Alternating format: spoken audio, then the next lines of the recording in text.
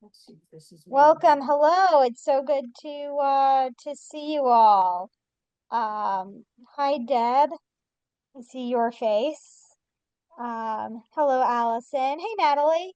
Hi Carol. It's so good to see you all. We're gonna get started in just a sec, but we're thrilled to have so many people joining us on your lunch break for our second lunch and learn, or even just, in the middle of your day. Um, we're so thrilled to have our friends from the Mishkan Museum joining us again. I know those of you who are involved in Tilly may have seen their wonderful presentation with us a couple months ago. Doesn't feel like that long ago. And I'll just give it another minute or two for people to pop on and then do a short, introduction.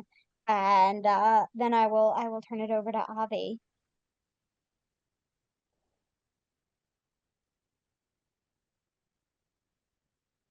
Good morning, everybody from Park City, Utah. So we're not only global today, but we're not only international, but we're domestic. So I just moved my chair around because the sun was still penetrating into, still unveiling here. You're welcome to visit. I mostly want all of you to visit Israel, but you're welcome to visit Park City too. It's a great community.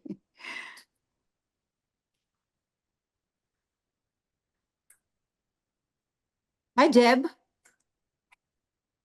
Emma, you know that Deb and I know each other since we're Yes, 15, yes. 15, 14, 15 years old. And it's Yes, I remember you saying that last time. Right now, Deb can't unmute, okay, which I think we can get started. Otherwise, I would let people unmute themselves and say hello. But we'll let you all unmute when we do, Q&A later, and great. you'll No have problem. a chance to say hello in the chat too. So give me a second. So yes, we're so glad that you're all here joining us at 11:30 a.m. Eastern time for our second hope of many lunch and learn programs, our online programming for your lunch break. And today we are all taking a virtual journey to the Mishkan Museum of Art in Israel. And we're so excited for this guided exploration of masterpieces by its curator, Avi Lubin, who is the chief curator of the museum and is really an acclaimed international curator and critic. And we're going to hear about the exhibition's nearly 300 works of art by almost 50 Israeli artists and how they re-envision iconic masterpieces from Western art history through the lens of Israel's unique political, social, and artistic landscape.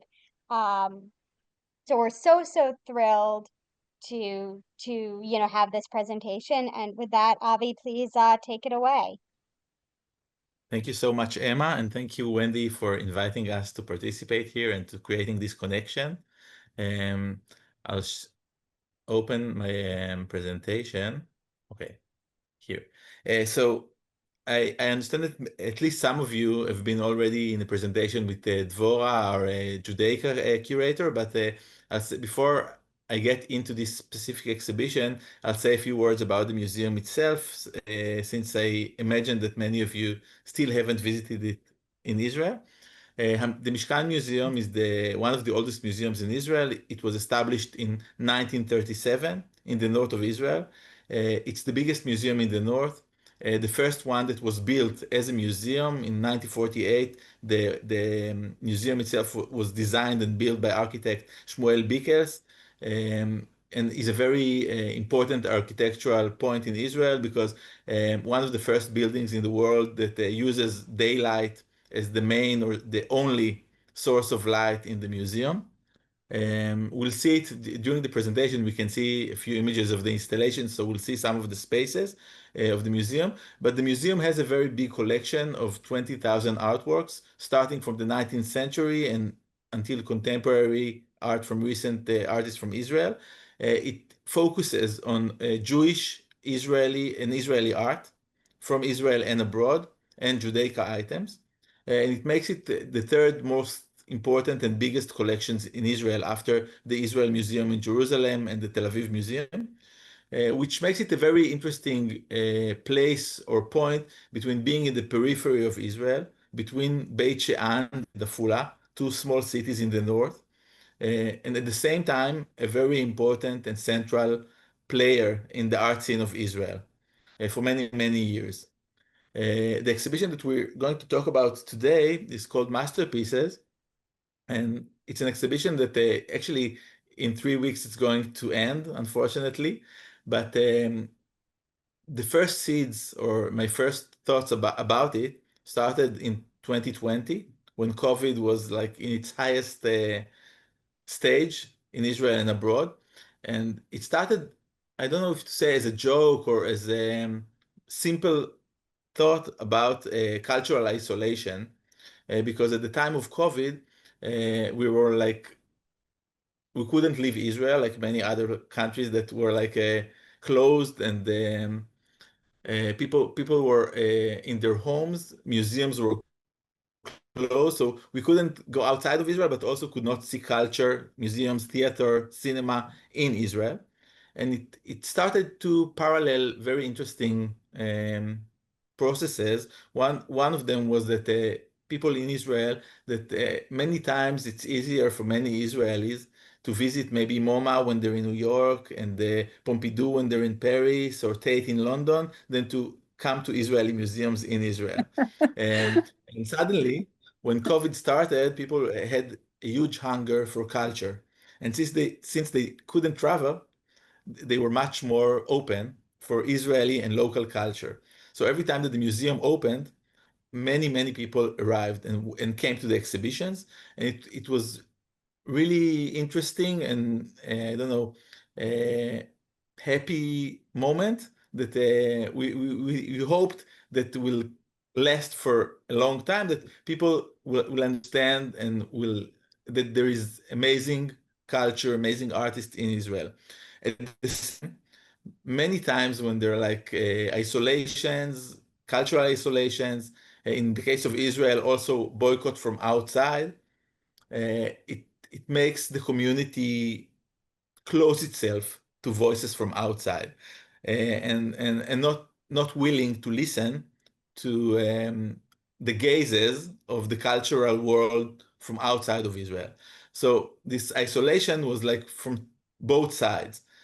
On the one hand, isolation from the outside because of the boycott and because of COVID, and isolation from the inside, like the Israeli cultural or the Israeli community, um, like looking to inside to itself. And I said it started as a joke because at the time of COVID, I said, okay, do we need now to travel to Italy to see the Last Supper of Leonardo? Adi Ness, an Israeli photographer, also created the Last Supper. We'll see it soon. Or do we need now to go to Spain to see Guernica of Picasso? Aya Ben Ron also created Guernica.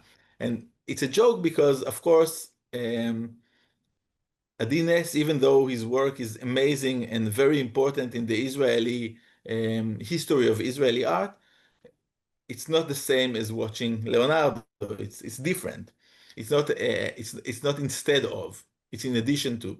Um, but what happened to me is that I started seeing, and maybe I'll change the photo. Why isn't it moving? Oh, I'll change the photo so that we'll see something. This is the museum, the entrance to the museum. Um, and when I started thinking about it, I started noticing that a lot of Israeli artists are repeating and reenacting works from the history of Western art, European Western art. And it was surprising because the narrative that we used to tell about Israeli art is the narrative of modernism, of abstract, about how like the I don't know if you know the history of Israeli art, but when you think about the 1940s and 1950s, the central group was the New Horizons, and they like were neglecting figurative art, European art, classical art, and insisting on abstract, about modernism, about new. And it was much like the Israeli society. If you think about the kibbutzim where our museum is, but also about the general society in Israel, they wanted to establish like the new Jew, to detach themselves from the shtetl and from the European history, and thinking about modernity, about connecting themselves to the land and to the Israeli light. Um, and this was very surprising because when you learn and write about history of Israeli art, you usually talk about the new horizons, and you talk about art that is much more conceptual in the 60s and 70s, and modernist and abstract, and not figurative European and classical. And I started collecting works by Israeli artists in my computer, and like starting to see that there is something about it, like another maybe narrative or an alternative narrative about the history of Israeli art. Um, and maybe before we dive into it, I'll say one more general word, that it was also maybe funny for me in the sense that many times in Israel, we feel or live in this fantasy that we're part of Europe, and that we participate in the Eurovision contest song and in the Euro League, in the soccer, and we feel that we're like another country in Europe, and we forget that we're like in the center of the Middle East. And while this exhibition was shown, we have a horrible war. 50 people are still kidnapped in Gaza. A lot of disaster around us in the last 2 weeks, also war with Iran. And not an easy time, not European, not Western Europe. We were not part of West Europe. And this exhibition is all the time playing this parallel game of imagining that this is one of like the art palaces of Europe, like the Louvre in Paris, or the Prado in Spain, or Uffizi in Firenze. So we painted the wall, you can see maybe another, like we painted a lot of the walls like you see in many of these institutions, the European big museums, old museums, and we hang the paintings and the sculptures like these salons, like very, um, like not very, like a lot of air, not a lot of white walls. And at the same time, when you look at the floor, you see this terrazzo floor that is very Israeli, very 50s and 40s in Israel. And you see the building, even though it's modernism and it's related to Bauhaus in a sense, you feel that it's the construction of Israel and the kibbutz, and like with cheap materials and not a lot of money. And when you step out of the museum, you're not in the streets of Paris or Firenze, you're in the lawns of the kibbutz of Ein Harod. And I wanted all the time to create this parallel reality between the like imagining or fantasizing that we're entering like this European palace, and the exhibition itself is curated like a Western history of art. You start with the Italian Renaissance, and then you move to the Northern Renaissance and the Baroque and the Romanticism and Realism and Impressionism. Uh, but at the same time, this history is written by the question what Israeli artists are looking at. For example, in this room, if we see in the center, I don't know if you can see arrow here. This is the only example of Raphael, for example. It doesn't mean that Raphael is not super important in the history of Western art. It only says that the only artist that I found that was looking at Raphael is David Nipo, one of the artists. And I'll go back to this image that is starting. So the exhibition is starting also with this image. In the entrance, this is a work by artist Sasha Serber, an Israeli artist. It's Venus after Botticelli. And I wanted, again, playing this dual or parallel reality. I said, like in the Louvre, I don't know if you, I guess many of you visited the Louvre in the past. And if you remember, there's this staircase with the Venus of Milo, like on the top of the staircase, a very important, very symbolic sculpture of the Louvre. And I said, okay, they have their Venus, I have mine. It's not made of marble and not of stone. It's a polyform, I think. How do you call it in English, Wendy? Do you remember? Maybe polyurethane? I'm not Maybe sure. like very cheap, very light material. Again, playing the game of marble sculptures, of very figurative, of very classical, but from very local, very cheap, very simple materials in the entrance of the staircase. And then you enter the Renaissance, and you see the exhibition built like the history of art, starting with early Renaissance, moving to high Renaissance with Leonardo and Raphael and Tizian, Michelangelo, and then to the Manierism. And at the same time, you see what Israeli artists are looking at and what they react to. And this is the example that I mentioned of David Nipo repeating Raphael. And I chose to start with it because it's like maybe an extreme example, because the exhibition asks a question about if or why is it interesting to present an artist copying another artist? Why is it art? Why is it original? Why is it worth to be hanged in a museum? And it's maybe a longer discussion than the one that we can have here. And I wrote a very a large essay in the book that accompanies this exhibition and deals with this question and others. But one of the answers is that the history of art, sometimes we forget it, but starting in the Renaissance, copying and repeating previous artists was one of the main or most important things that artists did. Even Tizian is repeating Giorgione already in Renaissance. Rubens, a very famous, very important painter, some of his most important paintings are copying of Michelangelo and Tizian. Picasso is repeating Velázquez. Cézanne is repeating Delacroix. Like the entire history of Western art is filled with repetition, and at the same time of creating something that is totally new. And this tension between being connected to history, to the past, to the previous artists that came before you, and at the same time denying them and creating something totally new is the attention that is very important to the development of the history of art, and I think to the development of history, about learning, accepting, repeating people that came before you, like the history, and at the same time inventing, creating, bringing something totally new. So there are some examples here about different. For example, this is a new approach of repetition that it's not like the ones that we saw before, that is copying, but it's copying the composition. It's repeating the idea, but it's putting it in a contemporary situation. On the left, we can see Giorgione. In the right, Aram Gershuni, a very famous Israeli artist that is creating his version of Tel Avivian Venus in a Tel Avivian apartment.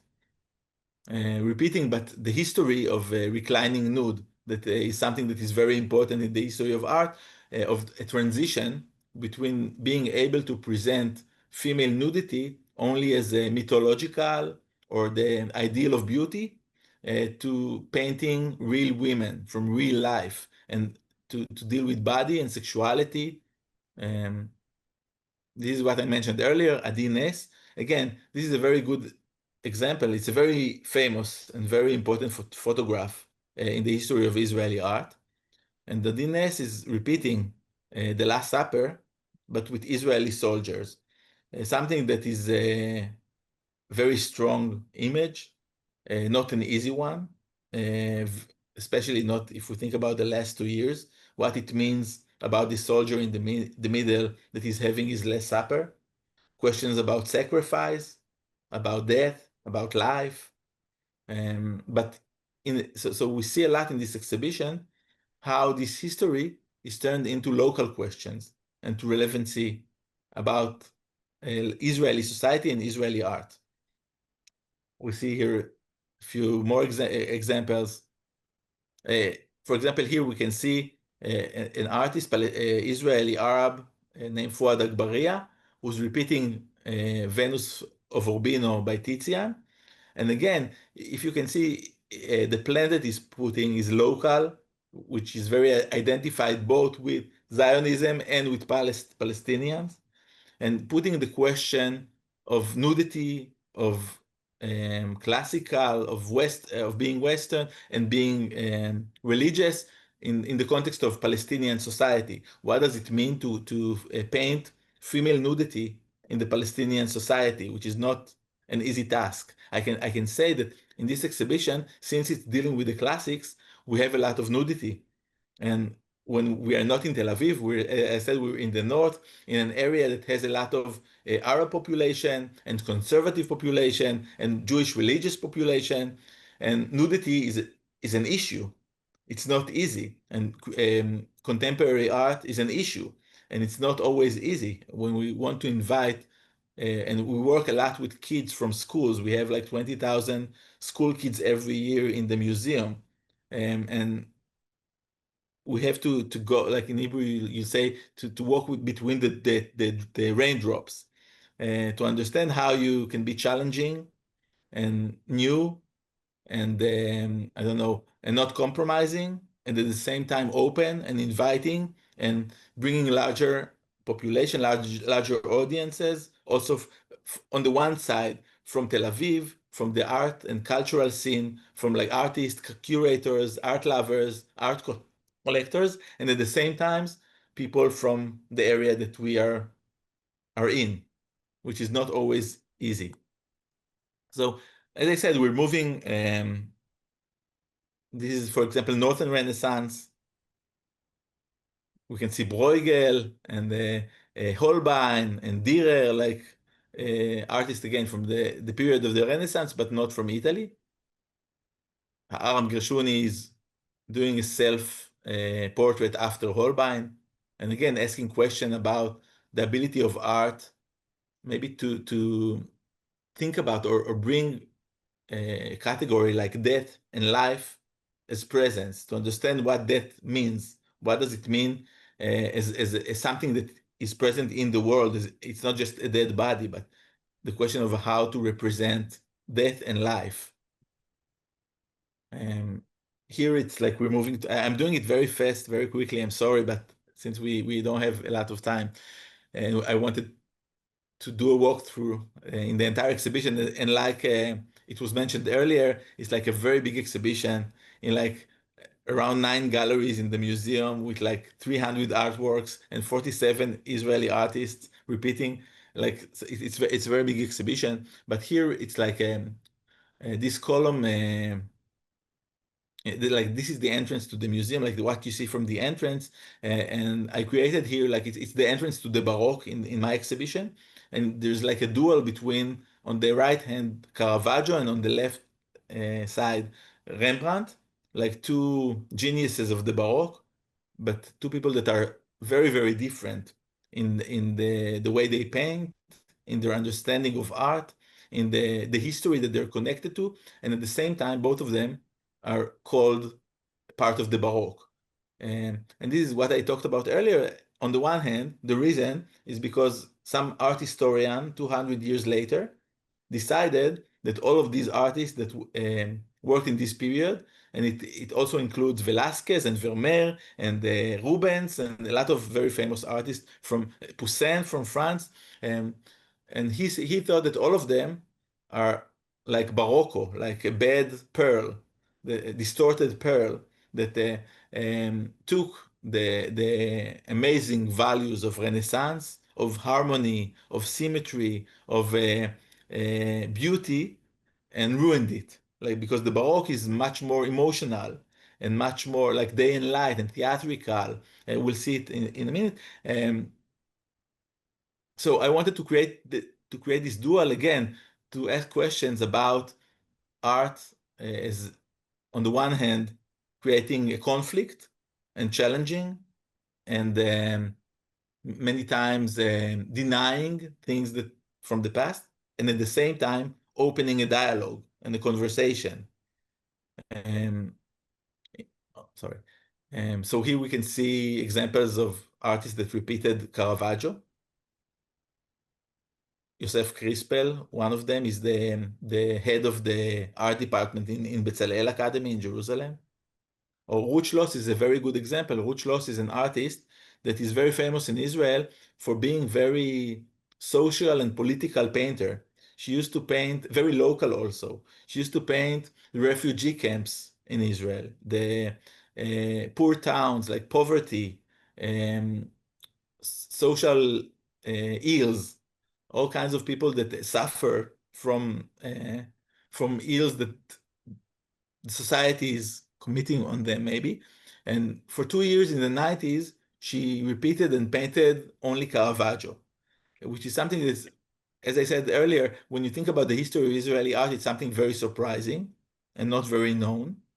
And it's a question, why did Ruth Schloss repeat Caravaggio? I have an answer. It's not an official one. It's my interpretation or understanding. But I think Ruth Schloss was an artist that we have in the collection, by the way, a lot of works by her. I think the biggest collection of Ruth Schloss's works is in the Mishkan Museum.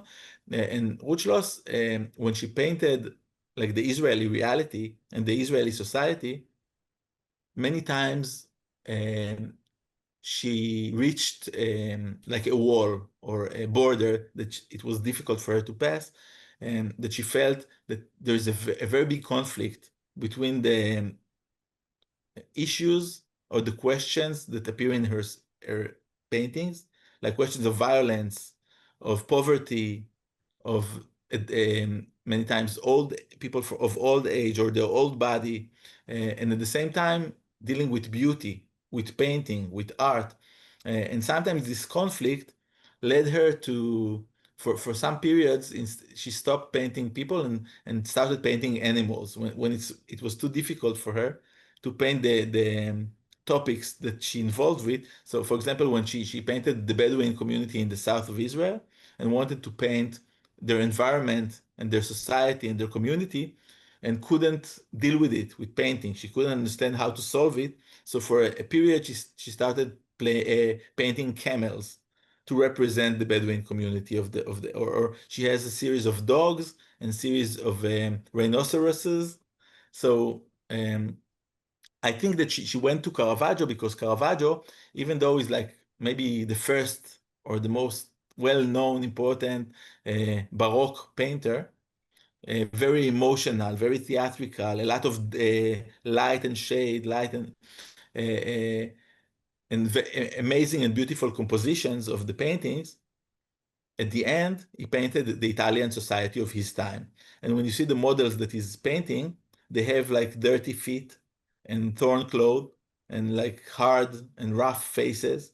And he took the models that appear in his paintings from the street, from the everyday life, and using this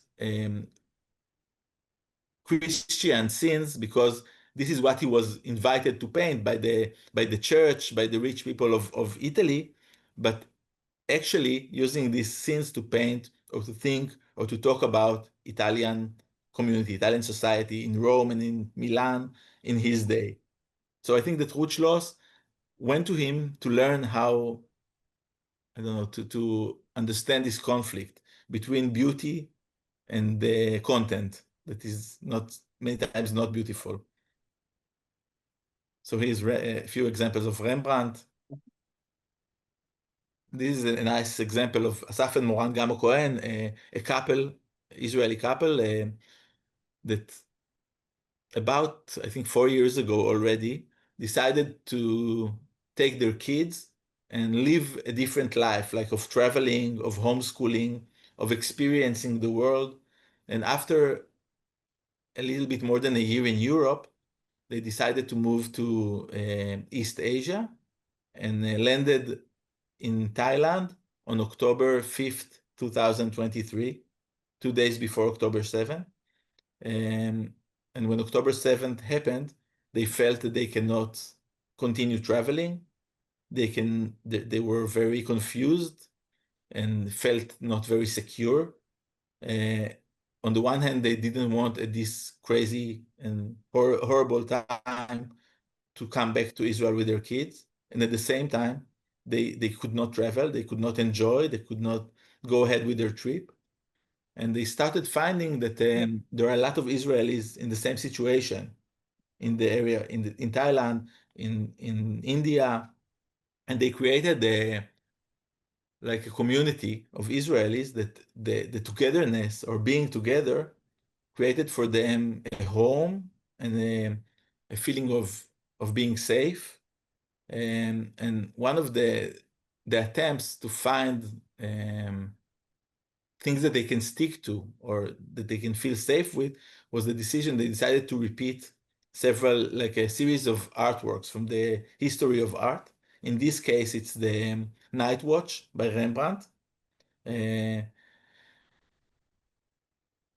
they have another one repeating Renoir, but in each of them, they're asking question about community, about what it means to be together, about what it means to be um, from the outside, being safe or not safe. So it's a video work that it's like in a sense of tableau vivant, like a video that is almost a still image, like a photograph. Again, we're continuing with Baroque. We can see repetitions of Vermeer and of Velázquez and of Poussin, Rubens. Here is an example of this is an interesting example for my exhibition because this again, Joseph Crispel, which we saw earlier, is repeating Rubens, but in this painting, Rubens is copying Michelangelo. So it's Crispel repeating Rubens, repeating Michelangelo. And one of the interesting, in another essay in the book that Tammy Katz-Freiman, another curator, wrote for the book, she writes something very beautiful about it. I think that not about this painting, but about this technique of repeating generation after generation.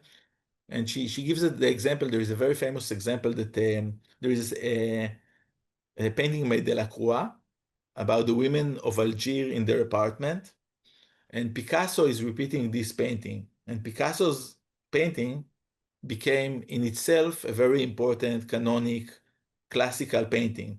And after a few years after Picasso, another painter, Roy Lichtenstein, is also repeating this painting by Delacroix. But Tammy is writing very beautifully that when Roy Lichtenstein is looking at Delacroix, he already knows the version by Picasso. So he's looking at Delacroix through the eyes of Picasso.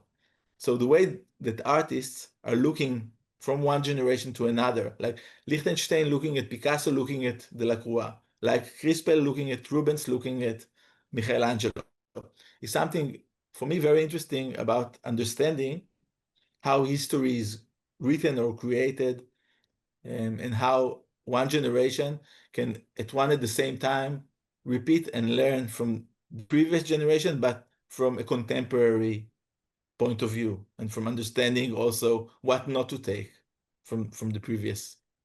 Bracha Ettinger Lichtenberg, repeating Vermeer.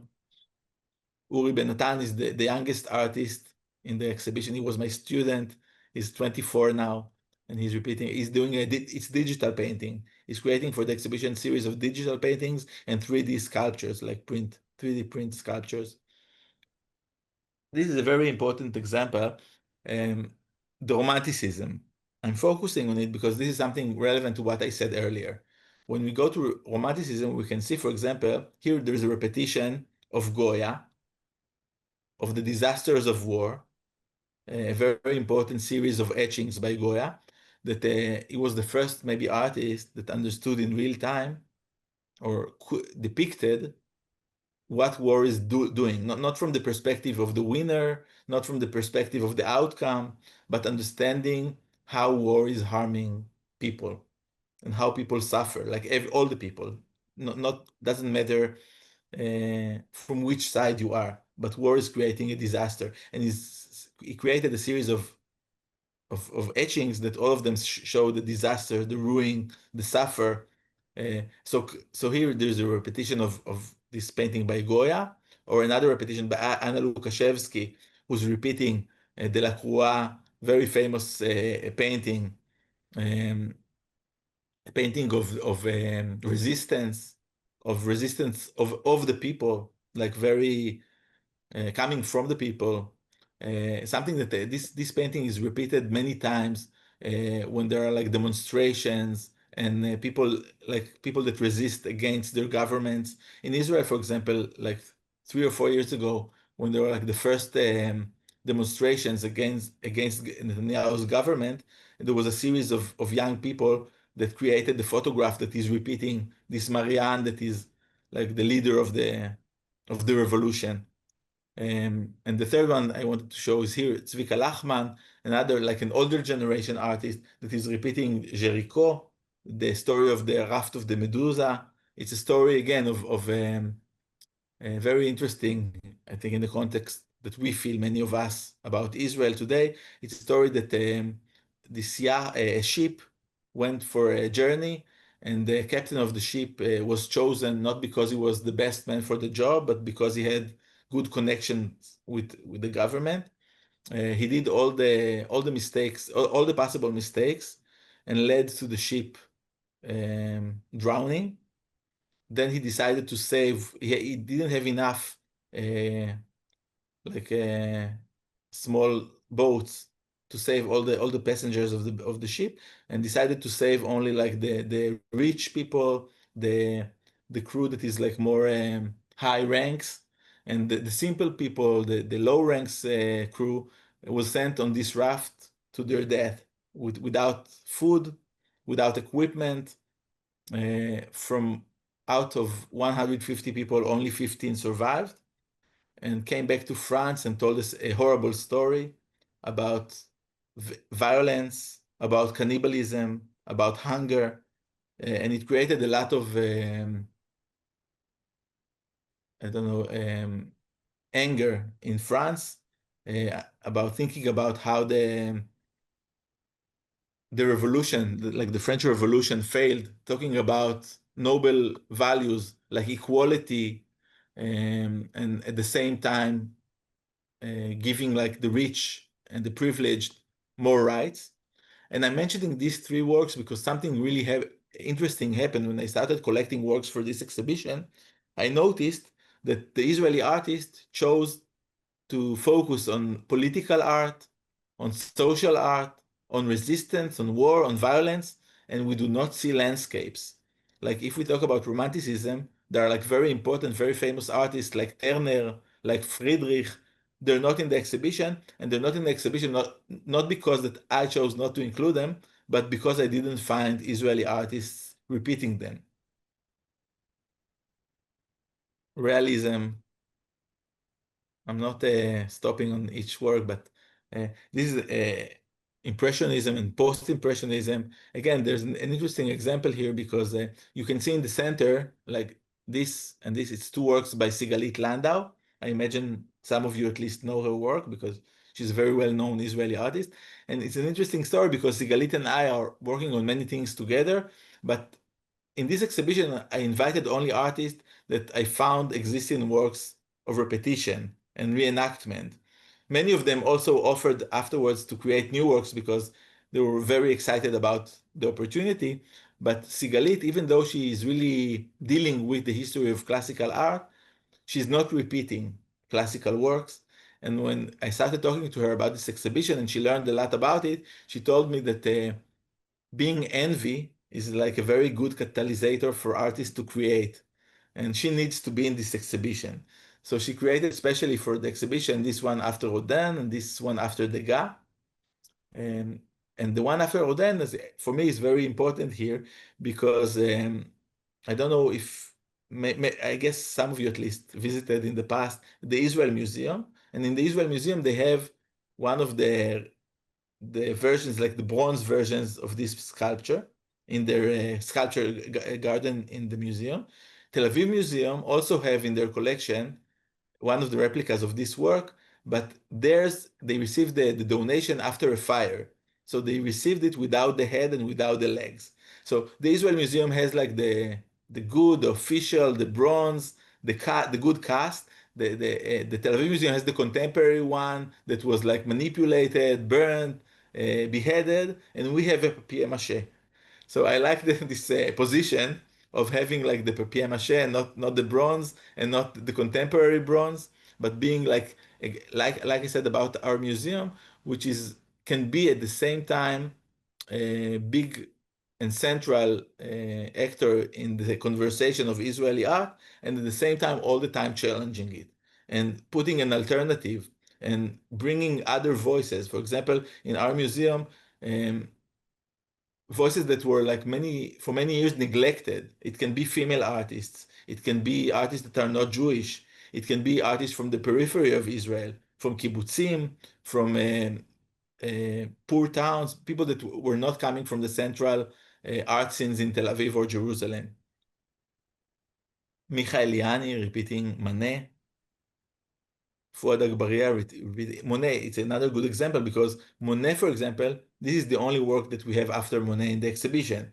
We have many Cézanne, and we have many Manet, and we have a lot of Picasso and Van Gogh, but we don't have, this is the only Monet that we have. And again, it's interesting to ask, why aren't Israeli artists following or looking at Monet? It's not because he's less important. Matisse, and here we have a special. We decided to focus on 4 different artists because when I started collecting the works, I saw that many Israeli artists are repeating Caravaggio, Rembrandt, Picasso, and Van Gogh. So each of them has like a unique wall or room dedicated to them. This is a series of portraits after Van Gogh by Boyan, an artist that has many works in this exhibition. 2 versions. Fouad Agbaria, again, I mentioned him earlier, but it's a good example to mention because Fouad, I know his paintings for many, many years. And Fouad is usually painting the Palestinian landscape, like the Palestinian village, agriculture, fields, Palestinian community. And then I found that I saw in a book a painting that he did after Picasso, a massacre in South Korea. And it was very surprising to me because I never saw this kind of works by Fouad. And I called him and asked if it's really his and how come I don't know this painting. And he told me that he has many, many, many paintings following Van Gogh and Cézanne and Picasso and Tizian and Rembrandt and Caravaggio. But usually curators that arrive to his studio are not interested in the Palestinian that is looking at Western European art, but are more interested in the Palestinian that is looking at the Palestinian village. So they never wanted or never took these kinds of work, and he stopped showing them to people that arriving to his studio because he felt that nobody is interested in it. So in this exhibition, we show many of this series of works by Fouad Agbaria. Here's a focus on Picasso, and with this I'll end. This is a version by Aya Ben Ron, an artist. I curated her. She represented Israel in 2019 at the Venice Biennale. I curated the pavilion. And Aya is dealing a lot with the relationship between caring and harming, about treating and violence. So this is her version of Guernica. And I wanted to end with this. Picasso is creating 3, there are 3 versions after the Demoiselle of Avignon by Picasso, a very famous painting. And I wanted to focus on this one on the right and end with this story. This is an artist called Tamir Tzadok. And Tamir is creating a very funny story here. He created this mosaic, which looks like a very old mosaic of like Eretz Israel, what we usually call. And Tamir is like many times is dealing a lot with fake narratives and fake truth, and like creating an alternative to the facts maybe. And here he's inventing a story that is telling that this is like a very old Eretz Israeli, like from this land mosaic that was taken by German researchers to a museum in Europe where Picasso saw it and copied it. Now, it's a fake story. In the museum, you can see it near the work, and it looks like a sign from like an archaeological site, like creating maybe something that can, I don't know, make you confused about truth and fake, about what really happened. And I wanted to end with it because Tamir has a very funny, a very famous, a very important work, I feel, he created 15 years ago, a fake documentary film that is called The Gaza Canal. And in this film, is inventing a very absurd, a very crazy story about how Gaza is actually a resort, a very rich, prosperous, touristic, commercial resort, which when he created it, it was so absurd. And then Donald Trump came and gave this absurd idea of turning Gaza into a touristic resort and evacuating all the residents there. Which again, it's the question of how art many times comes before reality or predicts reality in a sense. Okay, so with this, I wanted to end and maybe give the stage for a few minutes to Wendy, who is the museum representative in the US, and then we'll open it to Q&As if there is any. So Wendy, the stage is yours. Thank you, Avi. Thank you. It's kind of ironic, Avi, that I was at the Metropolitan Museum of Art last week. I was at the John Singer Sargent exhibit, and exactly what I learned when I visited your exhibit at the Mishkan a few weeks ago, he was so influenced by other painters that he reenacted, Velasquez, Whistler. So it's ironic that I came to Israel to learn more about how the influence of other artists. And I never actually imagined singers being so influenced. Anyway, welcome everybody on behalf of the American Friends, the Mishkan Museum of Art. My name is Wendy Cantor.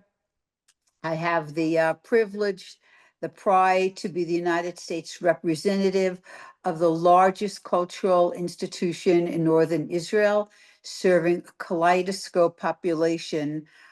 We have Jews, Arabs, Christians, Druze, religious, secular, using art as a bridge to dialogue and to create hopes for coexistence. Avi did mention we've had over 20,000 children come through the doors of the museum.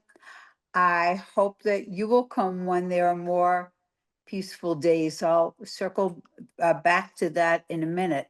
The museum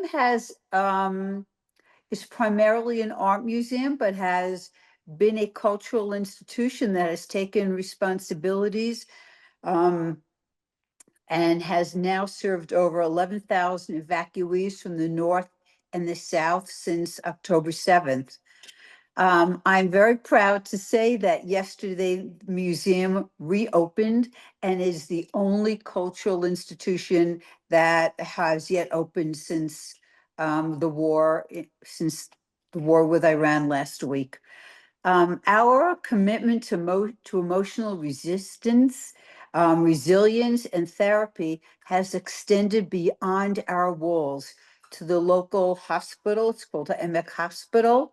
We now have a young adult drug rehab program, victims of PTSD, where art, therapy, and resilience has won us national recognition.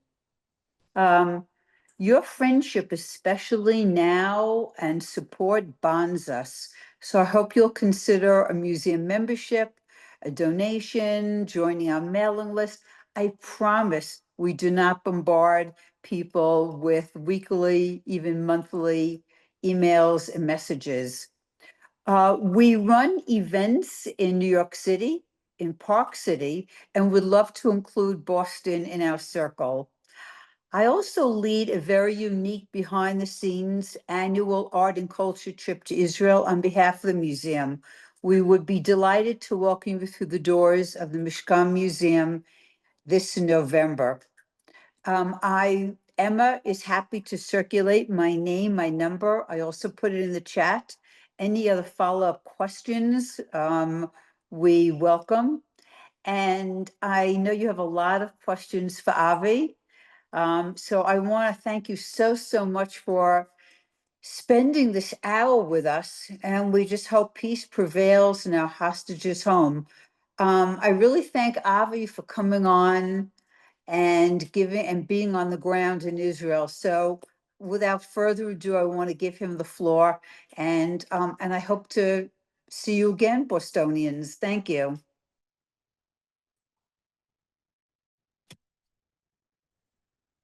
So we're open to questions if anyone has any. Feel free to unmute yourselves or use the raise hand function or wave or just put a question in the chat, however you'd like to ask your question. I think I'm going to lead and just start because I'm going to combine the art with the Iranian attacks last week. And unfortunately, everyone, this is something we are not part of our culture. But I understand, Avi, a lot of the most treasured pieces of art were taken into safe storage at the museum. Did that include any of the pieces from this exhibit? Yeah, we started by we have like a a hierarchy. So we started first of all with like the most important artworks in the museum from the collections and from the Judaica section. We have some very important, very old, very central works in the history of Israeli and Jewish art.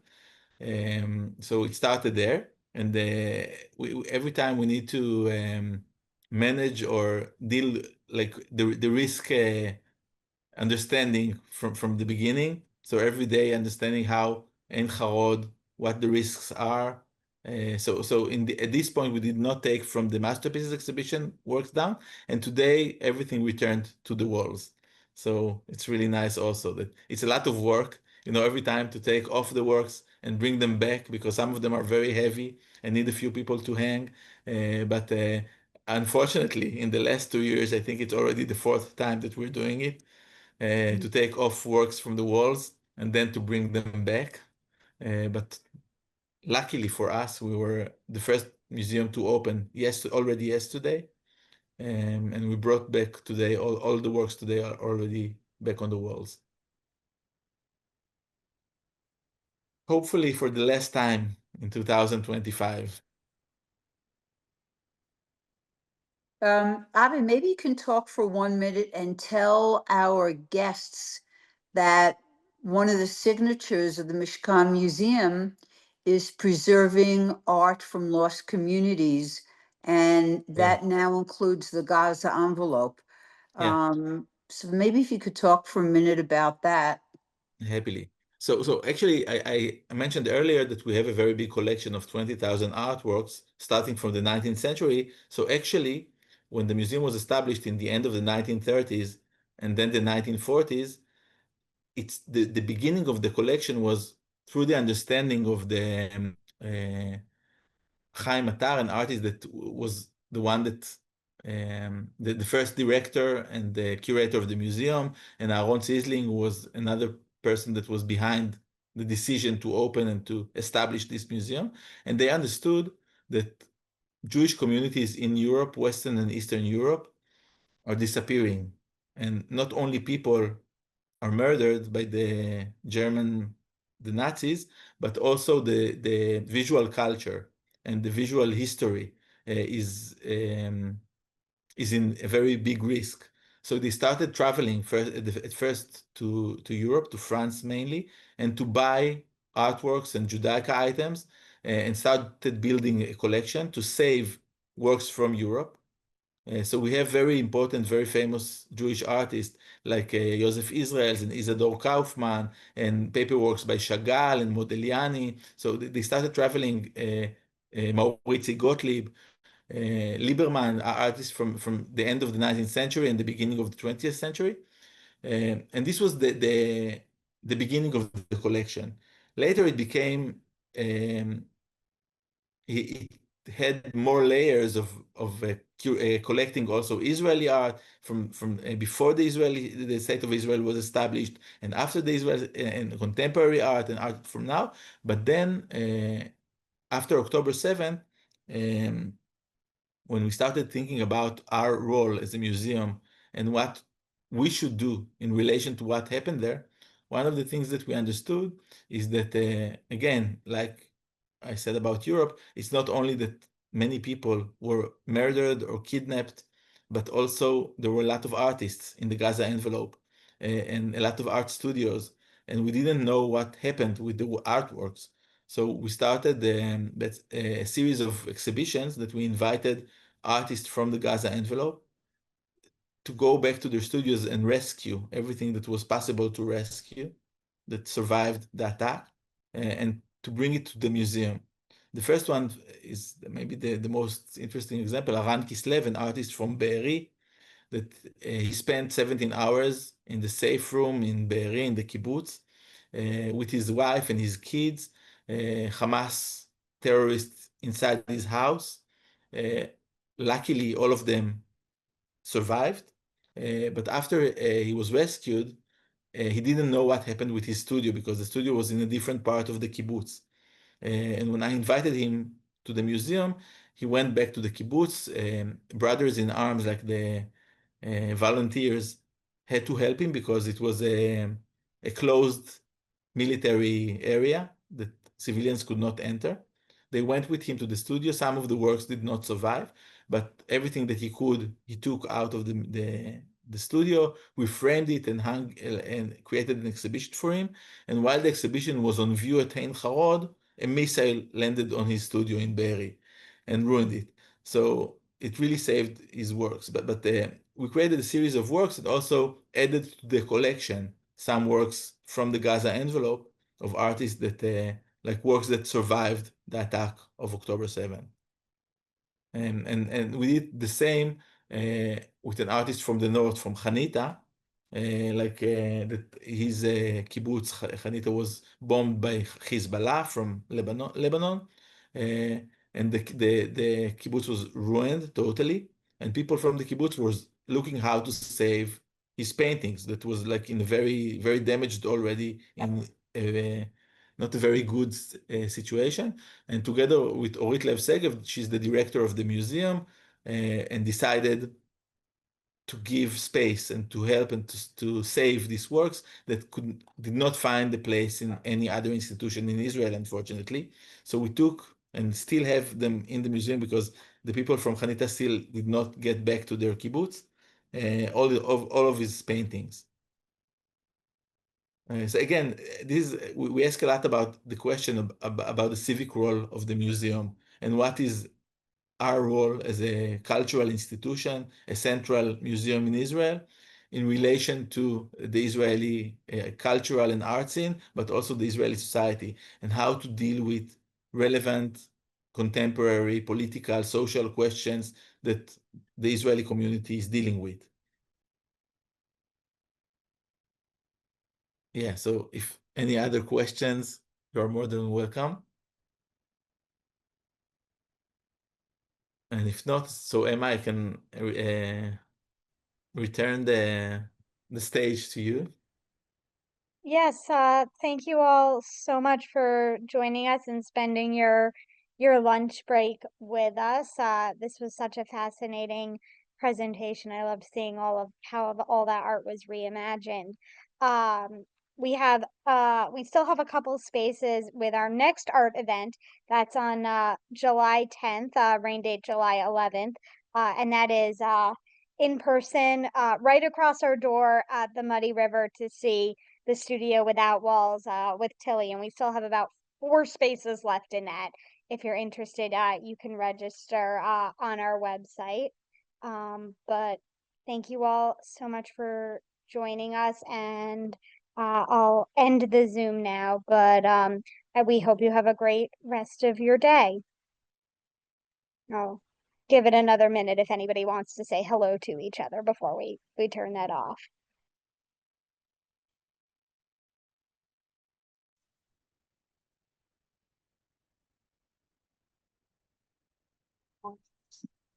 I saw was just terrific.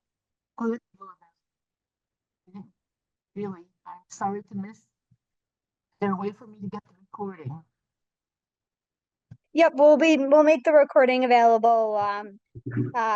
Fraud might not be till next week. I can wait. I can wait. Yeah. Okay. Thank you so much. Thank you for joining us. We're glad you were able to make it here live for a little bit.